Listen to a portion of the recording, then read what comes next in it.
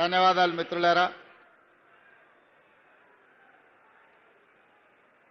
Nallamala declaration కార్యక్రమ సభాధ్యక్షులు, స్థానిక శాసనసభ్యులు, మీ అభిమాన నాయకుడు డాక్టర్ చిక్కుడుపల్లి వంశీకృష్ణ గారు, స్థానిక పార్లమెంట్ సభ్యులు డాక్టర్ మల్లు రవి గారు, ఈ కార్యక్రమానికి నాతో పాటు ముఖ్య అతిథులుగా విచ్చేసిన ఉప ముఖ్యమంత్రి వర్యులు, మిత్రులు, ఈనాటి కార్యక్రమానికి రూపకర్త బట్టి విక్రమార్క గారు, అదేవిధంగా మహబూబ్ నగర్ జిల్లా ఇన్ఛార్జి మంత్రివర్యులు నా ఆప్తులు దామోదర్ రాజ నరసింహ గారు, ఈ కార్యక్రమంలో పాల్గొన్న పెద్దలు, వ్యవసాయ సాగునీటి పారుదల civil supplies minister Uttam Kumar Reddy గారు, అదేవిధంగా సోదరిమణి మంత్రివర్గ సభ్యులు శ్రీమతి సీతక్క గారు, అదేవిధంగా పెద్దలు మంత్రివర్గ సభ్యులు ఈ జిల్లా వాసి జూపల్లి కృష్ణారావు గారు, అదేవిధంగా మంత్రివర్గ సభ్యులు తుమ్మల నాగేశ్వరరావు గారు, మిత్రులు సోదరులు మంత్రివర్గ సభ్యులు పొంగులేటి శ్రీనివాస్ రెడ్డి గారు, వేదిక మీద ఉన్న మంత్రులందరూ, పార్లమెంట్ సభ్యులు, శాసనసభ్యులు, శాసన మండలి సభ్యులు, రాష్ట్ర ప్రభుత్వ అధికారులు, ప్రాణ సమానులైన మా నల్లమల్ల సోదర సోదరి మనలకు అందరికీ మనస్ఫూర్తిగా అభినందనలు, ధన్యవాదాలు. ఒకప్పుడు నల్లమల ప్రాంతం అంటే వెనుకబడిన ప్రాంతం. ఈ ప్రాంతం అభివృద్ధి చేయాలి అనంటే ఎవరి తరము కాదు, ఎవరో నాయకుడు వచ్చి ఈ ప్రాంతాన్ని అభివృద్ధి చేయాలన్నట్టుగా మాట్లాడేవాళ్ళు. కానీ ఈనాడు మీ అందరి ఆశీర్వాదంతో, మీరు అభిమానంతో గుండెల్లో పెట్టుకొని భుజాల మీద మోసి కొండారెడ్డిపల్లి గ్రామం నుంచి ఈరోజు రాష్ట్రానికి నాయకత్వం వహించే తెలంగాణ రాష్ట్ర ముఖ్యమంత్రిగా ఇదే నల్లమల గడ్డ మీద నిలబడి మాట్లాడుతున్నా అంటే నా గుండె ఉప్పొంగింది, నా సంతోషానికి అవధులు లేవు. మన ప్రాంతం, ఈ ప్రాంతం నుంచి మహేంద్రనాథ్ గారు మీ అందరికీ తెలుసు, ఉమ్మడి రాష్ట్రంలో తెలంగాణ ప్రాంతం నుంచి ప్రాతినిధ్యం వహించిన మహేంద్రనాథ్ గారు నిజాయితీకి మారు పేరు. వారే కాదు, ఈనాడు ఈ ప్రాంతానికి సంబంధించిన మన బిడ్డ ఉత్తమ పార్లమెంటేరియన్ జైపాల్ రెడ్డి గారు దేశాన్ని వన్నె తీసుకొచ్చి పాలమూరు ప్రాంతం వాళ్ళు మేధావులు అని నిరూపించి ఉత్తమ పార్లమెంటేరియన్గా రాణించిన వాడు. వారే కాదు, మొట్టమొదటి హైదరాబాద్ రాష్ట్రం నిజాం సర్కార్ల నుంచి స్వేచ్ఛ వాయువులు పీల్చుకున్న తర్వాత ఏర్పడ్డ మొట్టమొదటి రాష్ట్రానికి ముఖ్యమంత్రిగా మన పాలమూరు బిడ్డ బూర్గుల రామకృష్ణారావు గారు పరిపాలనను ఏ విధంగా చేయొచ్చో నిరూపించిన బిడ్డ పాలమూరు బిడ్డ బూర్గుల రామకృష్ణారావు గారు. మరి అలాంటి పాలమూరు ప్రాంతమన్నా, నల్లమల్ల అడవి ప్రాంతమన్నా నాకు ఎంతో గర్వకారణం. ఎవరైనా నీది పాలమూరు అని అడిగినా, నువ్వు నల్లమల్ల బిడ్డవా అని అడిగినప్పుడు నాకు చాలా సంతోషం కలుగుతుంది. నా ప్రాంతం ఒక గొప్ప ప్రాంతం. ఈ ప్రాంతం నుంచి వచ్చిన వాళ్ళము, మేం కష్టపడతాం, కష్టాన్ని నమ్ముకుంటామని చెప్పి గర్వంగా చెప్తా. పాలమూరు జిల్లా అంటే ఒకనాడు తట్ట పని, పార పని, మట్టి పని, ఎక్కడికైనా ముంబై అయినా పూనా అయినా ఎక్కడైనా వలస పోవాలంటే, ఎక్కడ ప్రాజెక్టులు కట్టాలన్నా, ఎక్కడ తట్ట పని, పార పని, మట్టి పని ఉందంటే పాలమూరు నుంచే పిలిచేవాళ్ళు. అది మనకు అవమానం కాదు. పాలమూరు జిల్లా ప్రజలు కట్టిన ప్రాజెక్టులు ఈ దేశం నలుమూలల ఈనాడు సాగునీరును అందిస్తున్నాయంటే మన రక్తాన్ని చెమటగా మార్చి ఈ మట్టి పని చేయబట్టే ఈ ప్రాజెక్టులు పూర్తయి ఈ దేశం ఇవాళ సస్యశ్యామలంగా మారింది. అదేవిధంగా సోదరులారా, ఇవాళ ఈరోజు ఈ నల్లమల అటవీ ప్రాంతంలో నల్లమల డిక్లరేషన్ మా సహచర మంత్రివర్గ సభ్యుల మధ్యలో ఈరోజు డిక్లేర్ చేసుకుంటున్నాము అని అంటే, ఆనాడు ఎన్నికల సమయంలో వచ్చినప్పుడు మీరు డాక్టర్ వంశీకృష్ణ గారిని 50,000 మెజారిటీతో గెలిపించండి. మళ్ళీ ముఖ్యమంత్రిగా ఈ ప్రాంతానికి వస్తా. ఈ ప్రాంతం నా ప్రాంతం. ఈ ప్రాంతాన్ని అభివృద్ధి పదం వైపు నడిపించి ఆదర్శ నియోజకవర్గంగా తీర్చిదిద్దుతా అని ఆనాడు ఎన్నికల సమయంలో మీకు మాట ఇవ్వడం జరిగింది. ఆ మాట ప్రకారం మీరు మీ మాట నిలబెట్టుకున్నారు. డాక్టర్ వంశీకృష్ణను అత్యధిక మెజారిటీతో 50,000 పైన మెజారిటీతో గెలిపించి నల్లమల్ల పౌరుషాన్ని ఈ ప్రాంతం కాంగ్రెస్ పార్టీకి అండగా నిలబడుతుంది. ఈ ప్రాంతం వాడు ముఖ్యమంత్రి అయితే మా కష్టాలు తీరుతాయని మీరు ఆశీర్వదించి వంశీకృష్ణ గారిని గెలిపించారు. ఈనాడు 65 మంది శాసనసభ్యులు తెలంగాణ నలుమూలలా గెలిపించడం వల్ల తెలంగాణ రాష్ట్ర ముఖ్యమంత్రిగా మీ బిడ్డ ఈరోజు మీ మధ్యలో నిలబడి నేను నల్లమల ప్రాంతం వాడిని తెలంగాణ రాష్ట్రానికి ముఖ్యమంత్రి అని చెప్పుకునే గర్వపడే విధంగా ఈనాడు ఇక్కడ నిలబడ్డం. ఈరోజు నా బాధ్యత పెరిగింది. వంశీకృష్ణ గారు కొన్ని అంశాలను ప్రస్తావించండి. ఈ ప్రాంత అభివృద్ధికి సంబంధించి ఈ ప్రాంతాన్ని అభివృద్ధి చేయడం అనేది వంశీకృష్ణ గారికి ఎంత బాధ్యత ఉందో వారితో సమానంగా బాధ్యతను పంచుకోవడానికి ఈ ప్రాంతానికి అవసరమైన నిధులు మంజూరు చేయడానికి ప్రత్యేకమైన ప్రణాళికలు ఏర్పాటు చేసి ఇంతకుముందే కలెక్టర్ గారికి, షరత్ ఐఏఎస్ ఆఫీసర్ గారికి, ఇతర అధికారులకు మా ఉప ముఖ్యమంత్రి గారికి విజ్ఞప్తి చేసిన నా ప్రాంతాన్ని అభివృద్ధి చేయడానికి ప్రత్యేకమైన ప్రణాళికలు రచించండి. దానికి అవసరమైన నిధులను విడుదల చేయాలి. ఈ ప్రాంతంలో సాగునీరు అందాలి. ఈ ప్రాంతంలో పేదలకు విద్య, ఉద్యోగ, ఉపాధి అవకాశాలు ఇవ్వాలి అని చెప్పి మా సహచర మంత్రివర్గ సభ్యులతో పాటు అధికారులకు సూచన చేయడం జరిగింది. మిత్రులారా, ఇవాళ ఈరోజు ఏర్పాటు చేసుకున్న కార్యక్రమం 29 మంది గిరిజన కుటుంబాలు 45 ఎకరాలలో ఆనాడు ఈ భూముల్లో వాళ్ళు దున్నుకుంటే ఈ పోడు భూములు పోరు భూములుగా మారినాయి.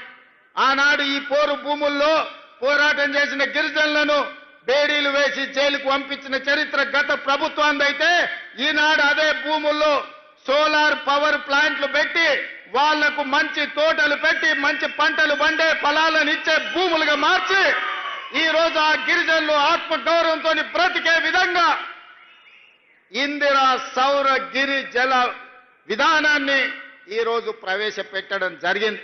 అయితే మా ఉప ముఖ్యమంత్రి గారికి నాదొక సూచన. ఈ ఇందిరా సౌర గిరి జల వనరుల అంటే పలకడానికి మాకు కొంచెం కష్టంగా ఉంది.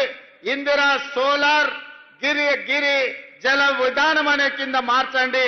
సౌర అనే బదులు కంటే సోలార్ అని పెడితే మా వాళ్ళకి అల్కగా అర్థమవుతుంది, మేము అల్కగా మాట్లాడడానికి ఉంటుందని వారికి నేను విజ్ఞప్తి చేస్తున్నా.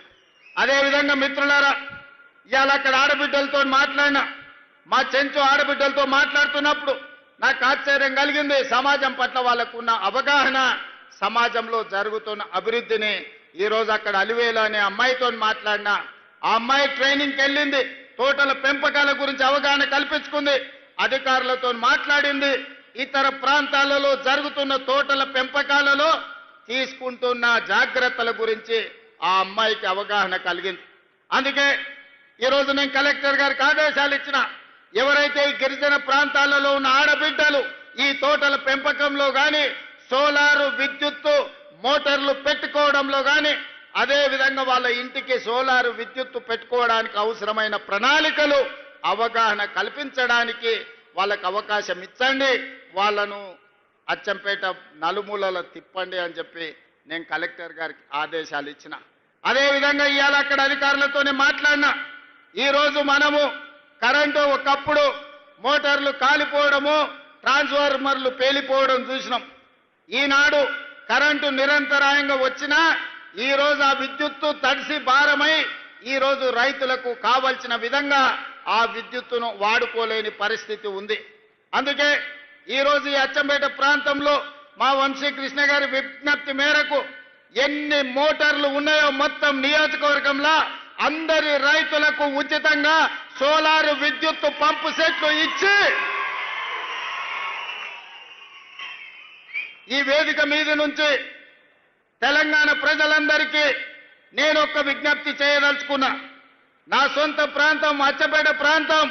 ఈనాడు ఏ రైతు కూడా విద్యుత్ వినియోగాన్ని చేసే మోటార్లు కాదు, రాబోయే 100 రోజుల్లో ప్రతి రైతుకు సోలార్ విద్యుత్ మోటార్ను అందించి సోలార్ విద్యుత్ ఉత్పత్తి మోటార్లకే కాదు, రేపు భవిష్యత్తులో అదనంగా సోలార్ విద్యుత్తును ఉత్పత్తి చేసి ప్రభుత్వానికి అమ్మే విధంగా ఆ ఆడబిడ్డలకు 3,000, 4,000, 5,000 ప్రతి నెల ఆదాయం వచ్చే విధంగా ఈరోజు ప్రణాళికలు రచించండి అని చెప్పి మా అధికారులకు చెప్పిన. అందుకే ఇవాళ అచ్చంపేట నియోజకవర్గాన్ని ఈ రాష్ట్రానికి దేశానికే ఆదర్శంగా తీర్చిదిద్దే బాధ్యతను స్థానికైన రైతులు, గిరిజనులు, ఇక్కడికి విచ్చేసిన వేలాది మంది రైతులు బాధ్యతగా తీసుకోండి. ప్రపంచానికే మన అచ్చంపేటను ఆదర్శంగా తీర్చిదిద్దుదాం. దానికి అవసరమైన నిధులనిచ్చే బాధ్యత మీ సోదరుడిగా నేను తీసుకుంటాను అని చెప్పి మీకు అందరికీ విజ్ఞప్తి చేస్తున్నా. సాగునీటి ప్రాజెక్టులు కావచ్చు, రోడ్లు కావచ్చు, కళాశాలల గురించి మా వంశీకృష్ణ గారు చెప్పారు. దానికి సంబంధించిన ప్రణాళికలన్నిటిని కూడా అధికారులకు ఇవ్వండి. అంచనాలు తెప్పించి వాటికి అవసరమైన మంజూరు చేయడానికి అన్ని జాగ్రత్తలు, అన్ని నిర్ణయాలు తీసుకుంటామని చెప్పి నేను ఈ వేదిక మీద నుంచి నేను చెప్పదలుచుకున్నా. మిత్రులారా, ఇవాళ ఆలోచన చేయండి.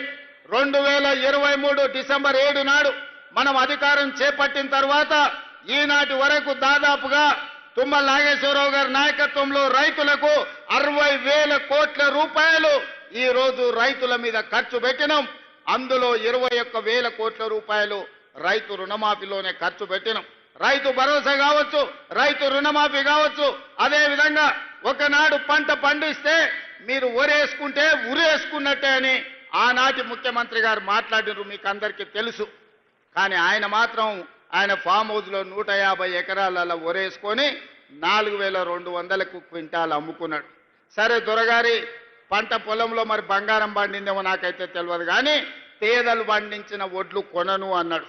కానీ మన ప్రభుత్వం వచ్చిన తర్వాత మీరు వరి పండించండి, సన్నాలు పండించండి, మీకు గిట్టుబాటు ధరనే కాదు, మీకు 500 రూపాయల బోనస్ ఇచ్చి రైతులను ఆదుకుంటాం, పండించండి అని అంటే మొన్నటి ఎండాకాలంలో యాసంగిలో 1,56,00,000 మెట్రిక్ టన్నుల మీరు ఒడ్లు పండించి దేశంలోనే చరిత్ర సృష్టించరు. ఈసారి వానకాలంలో కూడా అత్యధికంగా 1,35,00,000 మెట్రిక్ టన్నుల వడ్లు ఉత్పత్తి చేసి దేశంలోనే అత్యధికంగా ఈ సంవత్సరంలో దాదాపుగా 2,80,00,000 పైచలకు లక్షల క్వింటాళ్ళ వడ్లు మీరు పండించారు. అంటే ఈరోజు వరి పండిస్తే ఉరేసుకోవాలనే కాడి నుంచి వరి పండిస్తే గిట్టుబాటు ధరనే కాదు, మీకు 500 రూపాయల బోనస్ ఇస్తామని చెప్పినాం. ఆనాడు సన్నాలు పండించండి నేను అన్నప్పుడు కొంతమంది అవహేళన చేసిరు. సన్నాలు పండించమంటుండు ఈ సన్నాసి అని ఒక నాయకుడు అన్నాడు. కానీ ఇవాళ మా పేదలు, మా ఆడబిడ్డలు ఇక్కడ ఉన్నారు. అక్కడ పక్కన చాలా మంది మా అక్కలు, మా సోదరిమణులు ఉన్నారు.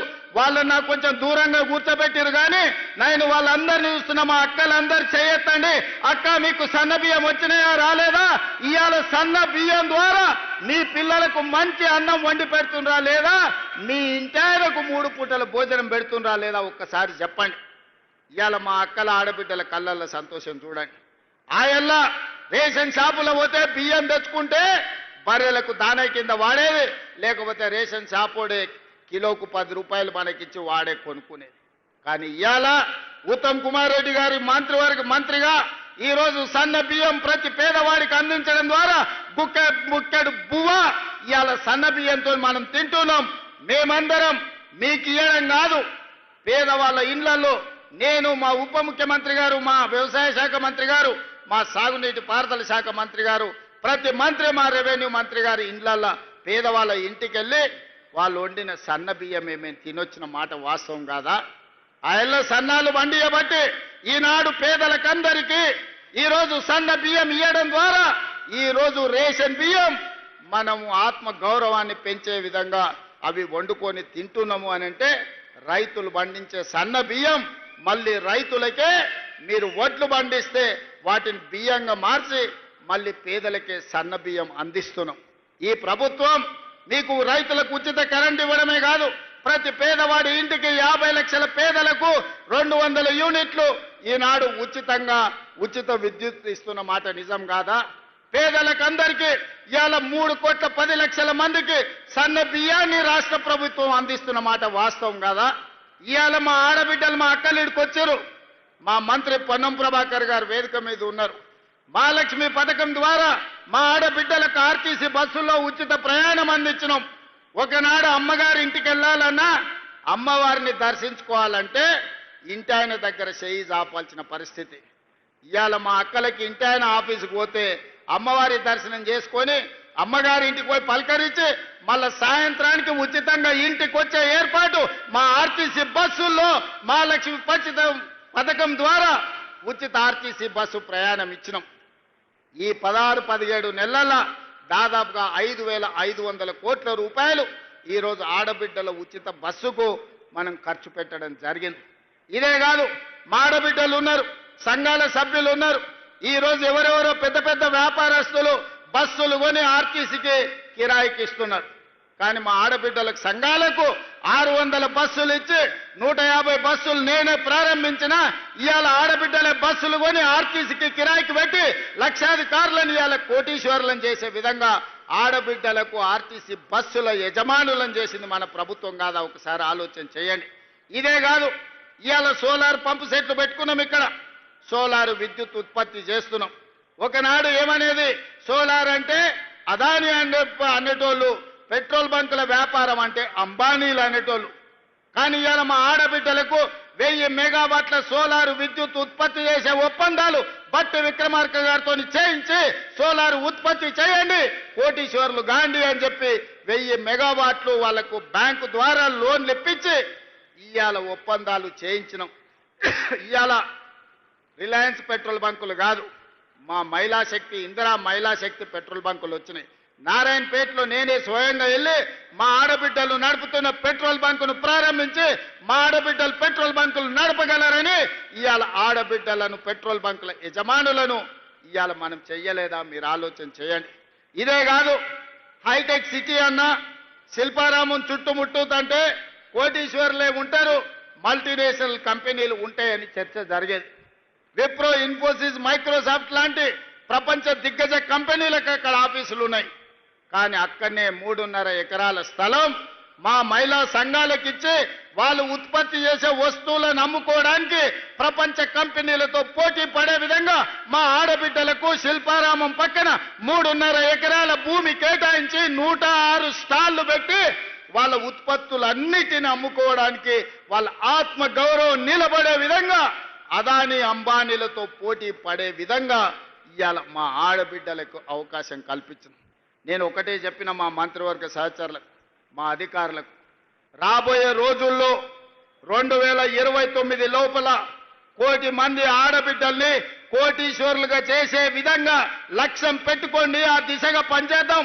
ఆడబిడ్డ చేతిలో రూపాయి ఉంటే వాళ్ళ పిల్లలకు ఉపయోగపడుతుంది, వాళ్ళ కుటుంబం బాగుపడుతుంది. ఒక్క ఆడబిడ్డ ఆర్థికంగా నిలబడితే కుటుంబాన్ని మొత్తం నిలబడుతుంది. అదే 1 కోటి మంది ఆడబిడ్డలు ఆర్థికంగా నిలబడితే తెలంగాణ రాష్ట్రం ప్రపంచానికి ఆదర్శంగా మారి అత్యధిక ధనిక రాష్ట్రంగా తెలంగాణ రాష్ట్రాన్ని మన ఆడబిడ్డలు తీర్చిదిద్దడానికి అవకాశం ఉన్నది.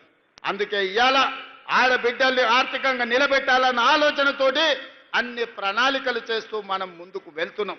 ఒక పక్కన రైతులకు గిట్టుబాటు ధర అందించడమే కాకుండా బోనస్లు ఇచ్చి రైతులకు రైతు రుణ విముక్తి చేసి రైతులను ఆదుకున్నాం.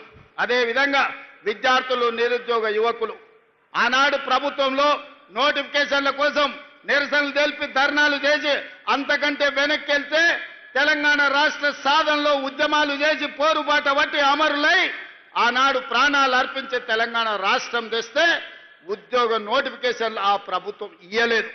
కానీ మనం వచ్చిన తర్వాత మొదటి సంవత్సరంలోనే దాదాపుగా 60,000 ఉద్యోగ నియామకాలు ఇచ్చి దేశంలోనే మొదటి రాష్ట్రంగా ఉద్యోగ నియామకాలు అందించిన ప్రభుత్వ ఉద్యోగాలు 60,000, ప్రైవేటు ఉద్యోగాలు 1,00,000 ఉద్యోగాలు.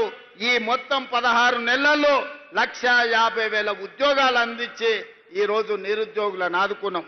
ఆనాటి ప్రభుత్వంలో నోటిఫికేషన్ల కోసం చిక్కడపల్లిలో ధర్నాలు జరిగేది.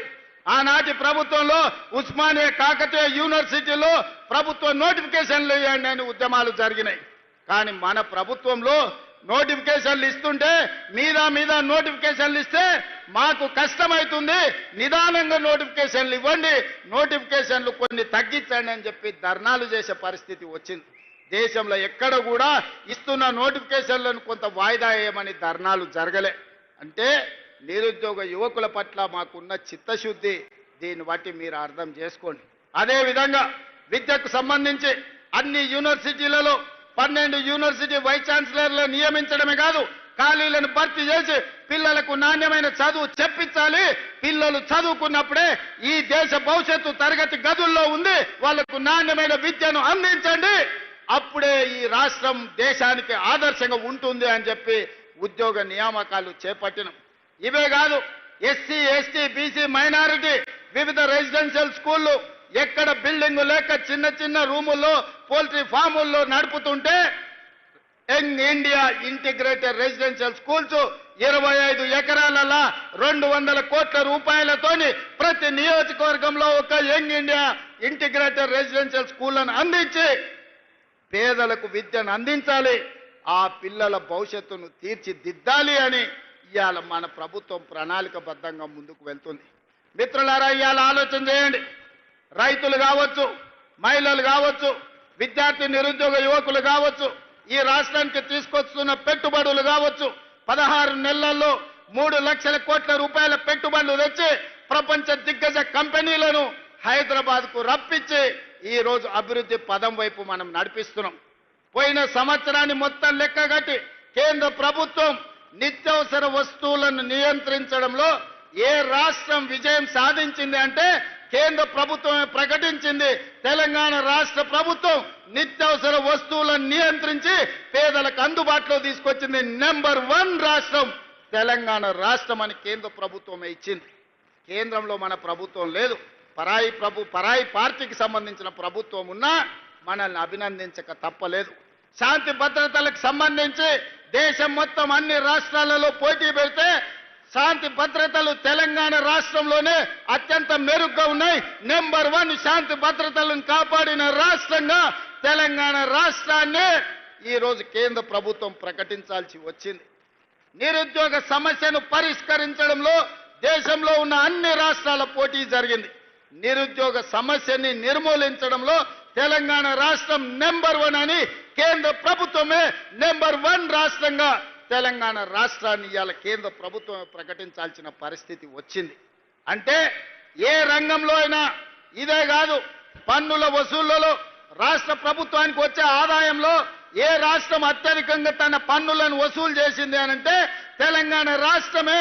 సొంతంగా పన్నుల సేకరణలో నెంబర్ 1 రాష్ట్రం తెలంగాణ రాష్ట్రం అని ఇవాళ కేంద్ర ప్రభుత్వము ఇవాళ ప్రకటించింది.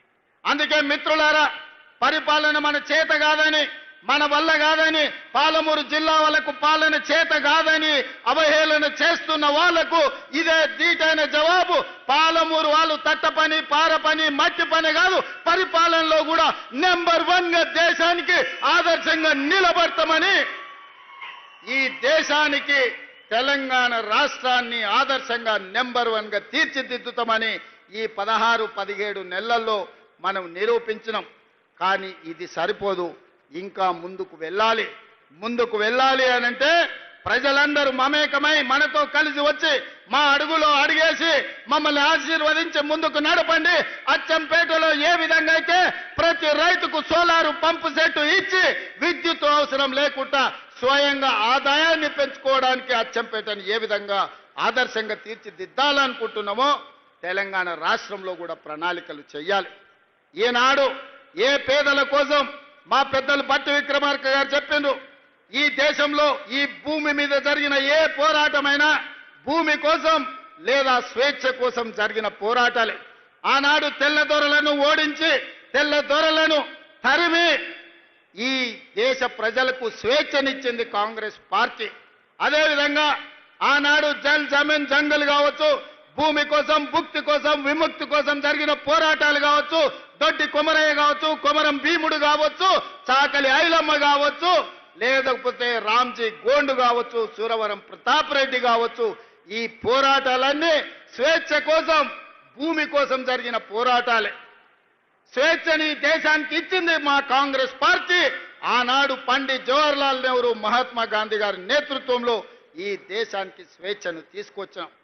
స్వేచ్ఛను వచ్చిన దేశానికి రాజ్యాంగాన్ని అందించిన బిడ్డ డాక్టర్ బాబాసాహెబ్ అంబేద్కర్ ఈ రోజు మనకు హక్కులను కల్పించాడు. ఆ హక్కుల నేపథ్యంలోనే అటవీ హక్కుల చట్టాన్ని తీసుకొచ్చినాం. ఆనాడు పివి నరసింహారావు గారు, ఇందిరాగాంధీ గారు అగ్రికల్చర్ సీలింగ్ యాక్ట్ తీసుకొచ్చి దొరల దగ్గర వేలాది ఎకరాల భూములుంటే దాదాపుగా 25 లక్షల ఎకరాల భూములను పేదలకు అసైన్మెంట్ పట్టాలు పంచిపెట్టిన పార్టీ. ఆత్మగౌరవంగా బతకండి. గ్రామాలలో ఆత్మగౌరవం అంటేనే భూమి. ఒక ఊరిలో ఒక వ్యక్తికి గౌరవం ఉందంటే నీకెంత భూమి ఉందయా, ఎన్ని అరకలు కట్టి నువ్వు దుక్కి దున్నుతున్నావు అనే దాన్ని బట్టి మన ఆత్మగౌరవం. ఒకప్పుడు దళితులకు, గిరిజనులకు, బలహీన వర్గాలకు భూమే లేదు.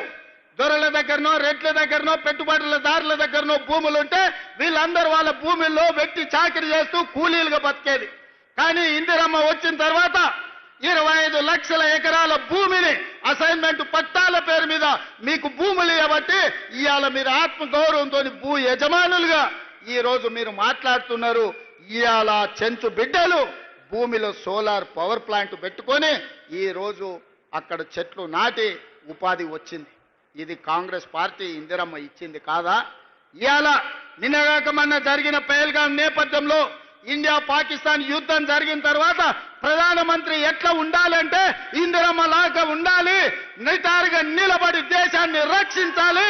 పాకిస్తాన్ తోటి యుద్ధం చేసి యుద్ధంలో పాకిస్తాన్ని 2 ముక్కలు చేసి ఒక ముక్క బంగ్లాదేశ్, రెండో ముక్క పాకిస్తాన్ అని ఇందిరమ్మ నిరూపించింది 54 ఏళ్ల క్రితం. అలాంటి పౌరుషం కలిగిన నాయకురాలు ఈ దేశానికి ప్రధానమంత్రిగా ఉంటే 50 ఏళ్ల తర్వాత ఈరోజు మీరు ఆలోచన చేయండి. ఎంతో మంది ప్రధానమంత్రులైన, ఎంతో మంది రాష్ట్రపతులైన, కానీ తండాలలో, గూడాలలో, మారుమూల పల్లెల్లో వాళ్ళ పేర్లు గుర్తు లేవు. కానీ ఏ గూడెంలో ఏ ఆదివాసి దగ్గరికి వెళ్ళి వాళ్ళని తలుపు తట్టండి, వాళ్ళ గుండెలోకి తొంగి చూడండి, వాళ్ళ గుండెల్లో ఇందిరమ్మ ఉన్నదా లేదా 50 ఏళ్ల తరువాత కూడా ఇవాళ పేదోడి గుండెల్లో, తండాలలో, గూడాలలో ఇందిరమ్మ ఉన్నది అంటే మన అమ్మ కంటే ఎక్కువగా మనల్ని ప్రేమించింది, మన బాగు కోరుకున్నది, మన బతుకులు బాగు చేసింది. అందుకే ఈ రాజ్యం ఇందిరమ్మ రాజ్యం. అందుకే ఈరోజు మా పేరు ఇందిరా సోలార్ గిరిజల వికాసం అని ఈరోజు మనం పెట్టుకున్నాం. పేదోళ్ళు, దళితులు, గిరిజనుల గూడాలలో వాళ్ళ కళ్ళల్లో వెలుగు చూడాలి అని చెప్పి ఇందిరమ్మ ఆనాడే పునాదులేసింది. ఆ ఇందిరమ్మ వారసులుగా ఈరోజు మేము మీ ముందుకు వచ్చి నిలబడ్డాం. సోదరులారా, ఇవాళ మీరు ఆలోచన చేయండి. 10 ఏళ్ళు తెలంగాణ రాష్ట్రంలో ఏ ఒక్కనాడైనా ముఖ్యమంత్రి వచ్చిండా, గిరిజనులను కలిసిండా? ఇప్పుడే మా సీతక్కతో అడిగిన, ఒకనాడు తాడ్వాయి మండలంలో ములుగు నియోజకవర్గంలో గిరిజనులు ముఖ్యంగా అక్కడ ఉండే గొత్తికోయలు పొలం దున్నుకున్నారని ఆడబిడ్డల్ని చీరలిప్పి చెట్ల కట్టేసి కొట్టే ఆనాడు 20 కిలోమీటర్ల అడవిలో నడుచుకుంటే నేను సీతక్క పోయి ఆనాడే చెప్పినాం, ఈ గిరిజనులకు అండగా నిలబడతాం, ఈ గిరిజనులు ఆదుకుంటామని.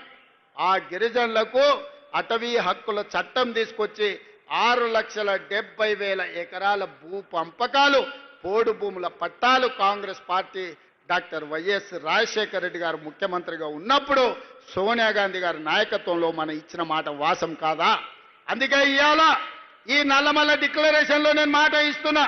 తండాలలో, గూడాలలో, మారుమూల పల్లెల్లో ఉన్న ఆదివాసీలందరికీ 6,70,000 ఎకరాలలో నల్లమల్ల డిక్లరేషన్లో భాగంగా సోలార్ పంపు సెట్లు ఇచ్చి మీ పంటలు పండే విధంగా, మీరు తోటలు పెట్టుకునే విధంగా, మీరు ఆత్మగౌరవంతో బ్రతికే విధంగా మీ భూమి మీద మీకు హక్కు ఇవ్వడమే కాదు, మీ భూమిలో విద్యుత్ ఉత్పత్తి చేసి మీకు మీరే యజమానులుగా బాగుపడే విధంగా ఈ నల్లమల్ల డిక్లరేషన్లో తీసుకున్న నిర్ణయాన్ని అమలు చేసి చూపిస్తామని చెప్పి నేను ఈ సందర్భంగా తెలియజేస్తున్నా. నేను గ్రామాల నుంచి వచ్చిన కాబట్టి పేదవాళ్ళ కష్టాలు నాకు తెలుసు. నల్లమల్లను అభివృద్ధి పదం వైపు నడిపించే విధానం నాకు తెలుసు. తెలంగాణ రాష్ట్రాన్ని ఏ విధంగా పునర్నిర్మించాలో ఇవాళ మీ అందరి ఆశీర్వాదంతో ముందుకు వెళ్తున్నాం. కొంతమంది కుట్రలు చేయొచ్చు, కుతంత్రాలు చేయొచ్చు, వాళ్ళకున్న అక్రమ సంపాదనతో సోషల్ మీడియాలో మన మీద దుమ్మెత్తి పొయ్యొచ్చు. కానీ నిజం అనేది తెలుస్తుంది.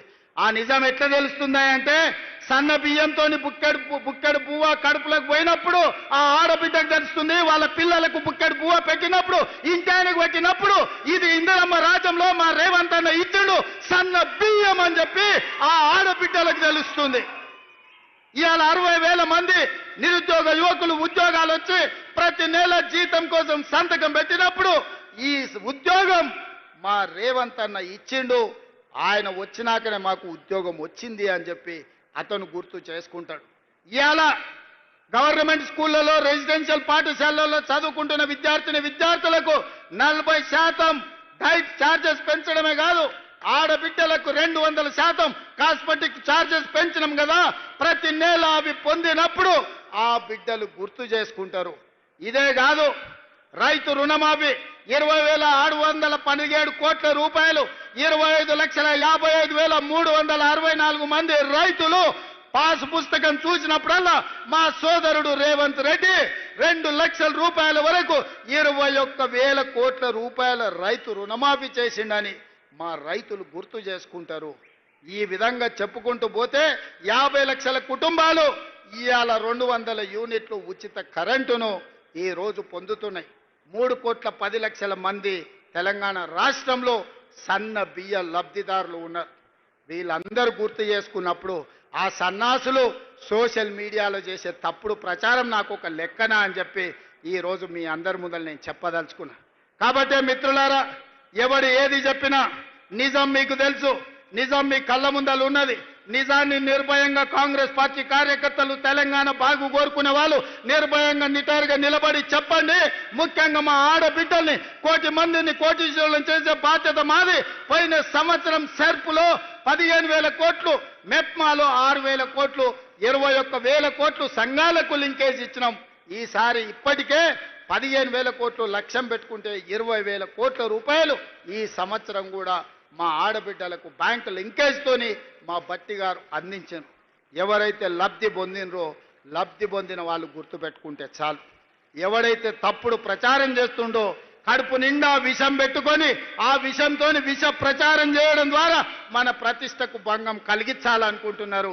నేను వాళ్ళందరినీ పట్టించుకోదలుచుకోలేదు, వాళ్ళ దిక్కు చూడదలుచుకోలేదు. ప్రతి ఊర్లో ఒకడో ఇద్దరో తాగుబోతులో సన్నాసులో ఉండనే ఉంటారు. అంత మాత్రాన ఊరేమన్నా పాడైపోతుందా, ఊరికేమన్నా దరిద్రం వస్తుందా? మిత్రులారా, తెలంగాణ రాష్ట్రంలో కూడా 5 మందో 10 మందో నాయకులు సన్నాసులు ఉండొచ్చు, దరిద్రం ఉండొచ్చు, కడుపు నిండా విషం ఉండొచ్చు. కానీ కష్టపడే మీ సోదరుడు మీ రేవంత్ అన్న రోజుకు 24 గంటలు మీకోసం కష్టపడతాడు. నల్లమల పౌరుషాన్ని, నల్లమల పరిపాలనను దేశానికి ఆదర్శంగా నిలబెడతాడు. ఈ రాష్ట్రాన్ని అభివృద్ధి పదం వైపు నడిపించడానికి ఆశీర్వదించి అండగా నిలబడ్డందుకు మీకందరికీ మనస్ఫూర్తిగా ధన్యవాదాలు తెలియజేస్తూ మీ అందరి దగ్గర సెలవు తీసుకుంటున్న మిత్రులారా, ధన్యవాదాలు.